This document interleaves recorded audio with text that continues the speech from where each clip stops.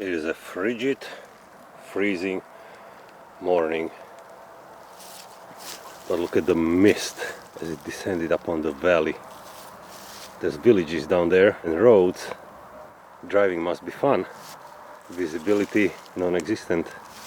I came from down here and going up there, continuing up and across the field into the furthest part of the forest where the badger pair lives. It's frigid cold, but the sun is shining while I'm up on the field, and from here the view of the mist is like that.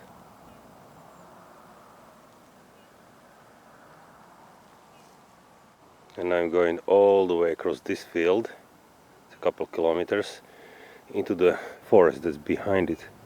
There's a little bit of it, but that's not where I'm going. I'm going further through all the way to the end. It's about 8 kilometers, but 8 kilometers from where I started.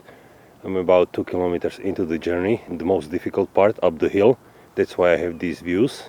It is a long walk, but it's a nice walk, and even though it's cold, it's below zero, I think it's -2. The sun just came out, so it feels good. Catching some vitamin D. I think this is the highest elevation point I have on this journey, on this trail, and from here the view of the fog is like this. The valley is all fogged up, whereas myself over here, having taken this trip, is enjoying the sun. Haha! Alrighty there. So I'm at the end of my journey. End of my track.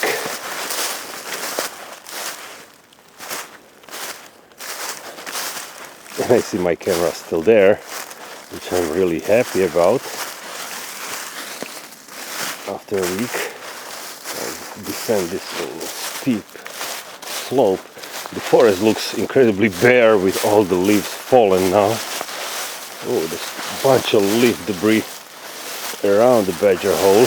There's a pair of badgers living here. And I've been watching them for a while, and they've been doing quite fine, the whole time.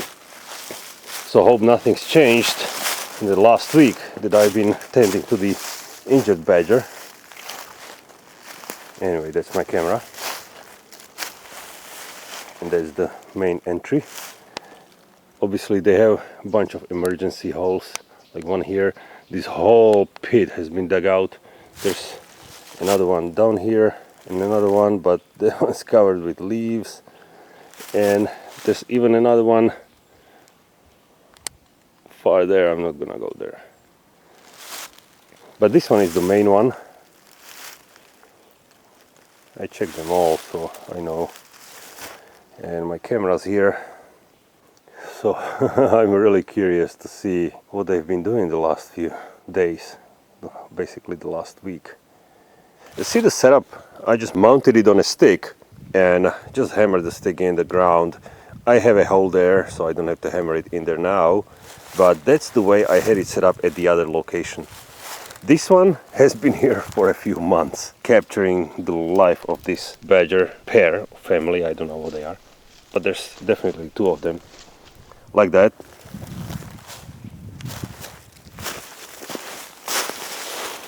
Whereas the other one, the first time I put it there like that, I come the following day, the camera's gone, the stick is broken, and camera nowhere to be found. To this day, its whereabouts remain a mystery, so I don't know. This was perfectly fine for a long time. The other one didn't last one night, so I don't know what happened. And I don't have the camera anymore. So I'm curious how these badgers are doing.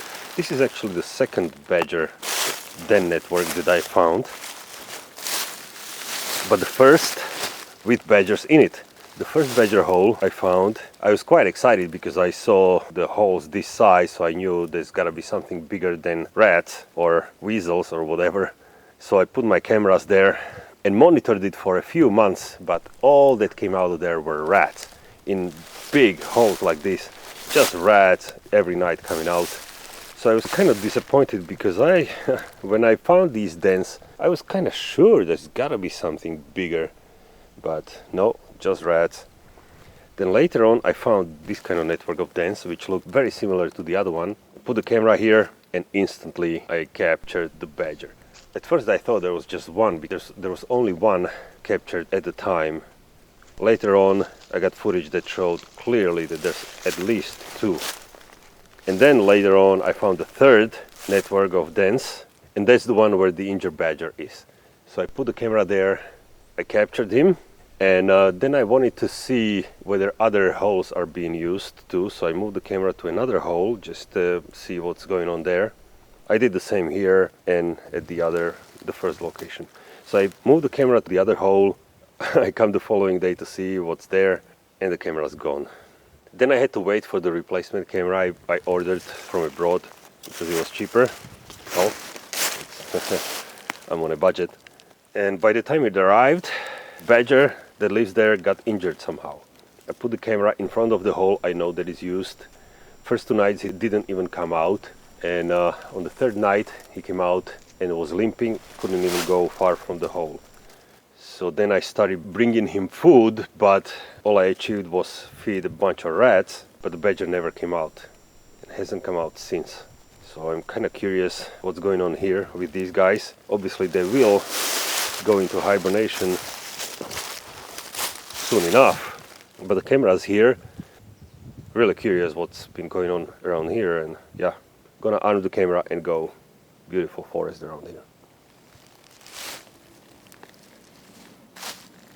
And the sun's shining even though it's frigid as hell.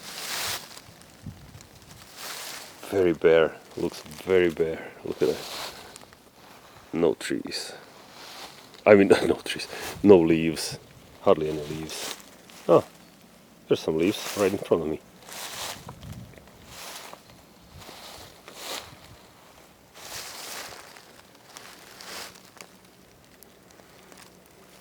Well, hope you've been doing well, badgers. See you next time.